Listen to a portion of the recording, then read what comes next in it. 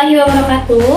Halo teman-teman semua, jumpa lagi dengan saya Nila Tika Aprilian Sisma Dewi. Dan di video kali ini saya akan membahas materi mengenai tema 15, yaitu tentang implementasi kinerja dalam manajemen SDM. Nah, untuk teman-teman semua yang penasaran dengan video kali ini, yuk kita ikuti video ini sampai selesai ya. Hai semuanya, di video kali ini saya akan membahas materi mengenai tema 15, yaitu tentang implementasi kinerja dalam manajemen SDM. Baik, untuk pembahasan yang pertama kita akan membahas tentang tingkat kinerja. Tingkat kinerja ini yang pertama adalah kinerja organisasi, pencapaian hasil pada tingkat atau unit analisis organisasi. Kinerja pada tingkat organisasi ini terkait tujuan organisasi, rancangan organisasi, dan manajemen organisasi. Yang kedua adalah kinerja proses. Kinerja pada proses tahapan dalam menghasilkan produk atau pelayanan. Ini dipengaruhi oleh tujuan proses, rancangan proses, dan manajemen proses. Dan yang ketiga adalah kinerja individu atau pekerjaan. Pencapaian atau efektivitas pada tingkat pegawai atau pekerjaan. Ini dipengaruhi oleh tujuan pekerjaan, rancangan pekerjaan, dan manajemen pekerjaan, serta karakteristik individu. Garis besar kategori arti kinerja. Nah, yang pertama ini menurut Bernardir tahun 2001, kinerja merupakan catatan hasil yang diproduksi atau dihasilkan atas fungsi atau aktivitas selama periode waktu tertentu. Kinerja sebagai hasil, bukan karena sifat atau perilaku. Dan yang kedua adalah dari Richard tahun 2003, yaitu kinerja sebagai hasil juga terkait dengan produktivitas dan efektivitas. Produktivitas merupakan hubungan antara jumlah barang dan jasa yang dihasilkan dengan jumlah tenaga kerja, modal, dan sumber daya yang digunakan dalam produksi itu. Untuk kinerja merujuk pengertian sebagai perilaku dan merupakan seperangkat perilaku yang relevan dengan tujuan organisasi atau unit organisasi tempat orang bekerja. Pendekatan pengukuran kinerja. Pendekatan ukuran standar kinerja dalam melakukan pengukuran yaitu ada 3. Yang pertama adalah pendekatan personality traits, yaitu mengukur kepemimpinan, inisiatif, dan sikap. Lalu yang kedua pendekatan perilaku, yaitu mengukur umpan balik, kemampuan presentasi respon terhadap komplain pelanggan.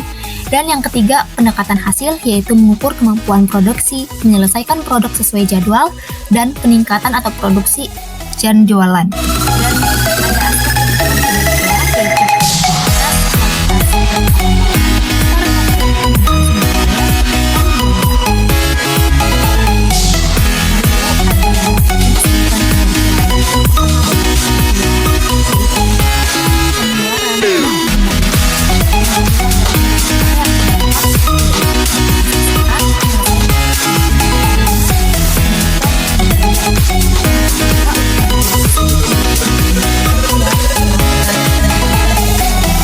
Keempat adalah ukuran waktu, yaitu pelaksanaan kerja dibandingkan jadwal, batas akhir, kecepatan respon, dan jumlah sasaran.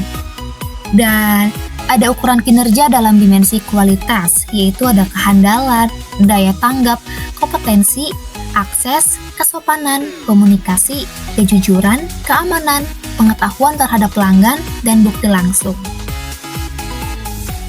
Baik, untuk pembahasan berikutnya yaitu tentang kinerja dan problematika dalam manajemen pengetahuan. Konsep kinerja dalam organisasi. Kinerja menurut Describe dalam Kamus Bantam English Dictionary yang dikemukakan oleh Prawi Rosentono berasal dari kata kinerja atau performance dari akar kata perform mempunyai beberapa entries, yaitu yang pertama melakukan, menjalankan, dan melaksanakan. Yang kedua memenuhi, menjalankan kewajiban suatu nazar. Yang ketiga menjalankan karakter dalam suatu permainan. Yang keempat menggambarkan dengan suara atau alat musik. Yang kelima melaksanakan atau menyempurnakan suatu tanggung jawab. Yang keenam melakukan suatu kegiatan dalam permainan. Yang ketujuh memainkan pertunjukan musik. Dan yang kedelapan melakukan sesuatu yang diharapkan oleh seseorang atau mesin.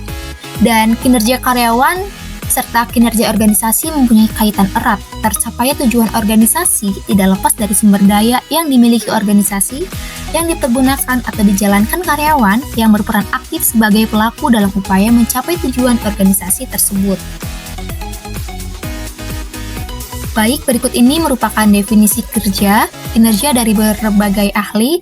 Nah, untuk yang pertama ini dari Rudenberg, kinerja adalah pencapaian hasil, lalu dari Interplan, kinerja adalah terkait operasi, aktivitas program dan misi organisasi. Yang ketiga ada dari Murphy dan Cleveland, kinerja adalah kualitas perilaku yang berorientasi pada tugas dan pekerjaan. Lalu dari Stoner, kinerja adalah fungsi dari motivasi, kecakapan, dan persepsi peranan. Dan ada dari Bernardin dan Russell, kinerja adalah pencatatan hasil-hasil yang diperoleh dari fungsi-fungsi pekerjaan atau kegiatan tertentu selama kurun waktu tertentu.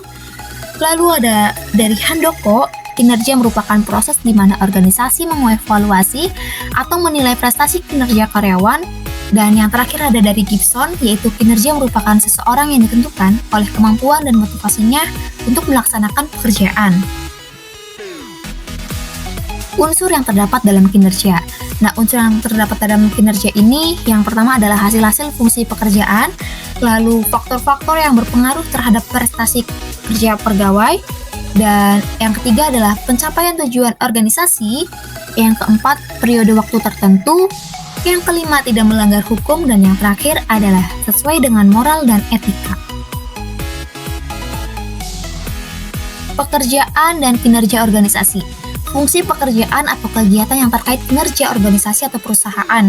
Nah, yang pertama ini adalah strategi organisasi, yang kedua pemasaran, yang ketiga operasional, yang keempat SDM, dan yang kelima adalah keuangan.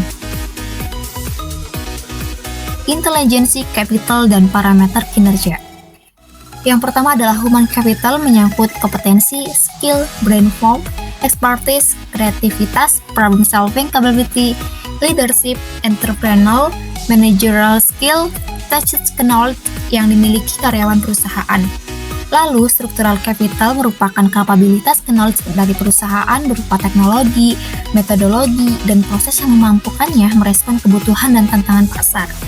Dan customer capital ini terdiri dari relasi, feedback, info terhadap produk atau layanan, suggestion, experience, dan touch knowledge dari pelanggan. Dari ketiga jenis capital tersebut membentuk tiga lingkaran yang saling mengait dan disatukan oleh segitiga value creation.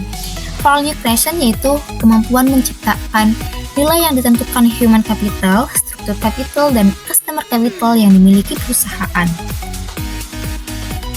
Indikator kinerja organisasi. Yang pertama adalah performa harus mengarah hasil dan semangat untuk menghasilkan nilai. Lalu yang kedua harus dapat diukur sehingga input dan output dapat dikuantifikasi. Yang ketiga, unit dan personel yang diukur kinerjanya harus memahami metode penelitian dengan penjelasan minimal. Yang keempat, hasil penilaian dapat dikomunikasikan segera. Yang kelima, tersedia mekanisme penggunaan dan penggabungan hasil penilaian kerja dengan feedback dan learning. Yang keenam, terhubung objektif dengan kebijakan insentif dan kebijakan pegawai. Dan yang ketujuh, bersifat seimbang antara orientasi keberhasilan jangka pendek dan jangka panjang. Faktor peningkatan kinerja. Nah, ada dua faktor. Yang pertama adalah faktor pendorong. Ada dua faktor pendorong yang dapat peningkatan kinerja ini. Yang pertama adalah audit modal intelektual, bertujuan memonitor dan mengatur modal intelektual perusahaan. Lalu yang kedua, audit modal intelektual memerlukan tim yang terdiri atas ahli strategi organisasi, keuangan, SDM, analisis pengetahuan, properti intelektual, dan pemasaran. Lalu ada faktor penghambat. Yang pertama adalah masalah yang lekat dengan sistem pengukuran manajemen pengetahuan itu sendiri. Lalu sulit mengidentifikasi hubungan langsung antara inisiatif manajemen pengetahuan dengan performasi perusahaan. Yang ketiga, manajemen biasanya meminta indikator kasat mata seperti dampak terhadap performansi keuangan dan operasional lainnya. Dan yang keempat adalah semakin beragam dan kompleksnya stakeholder atau pihak berkepentingan terhadap eksistensi perusahaan.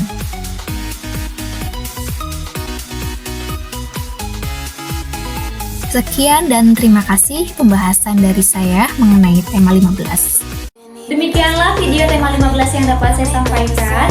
Semoga video ini bermanfaat untuk kalian semua yang menonton. Jangan lupa subscribe, like, comment, and share.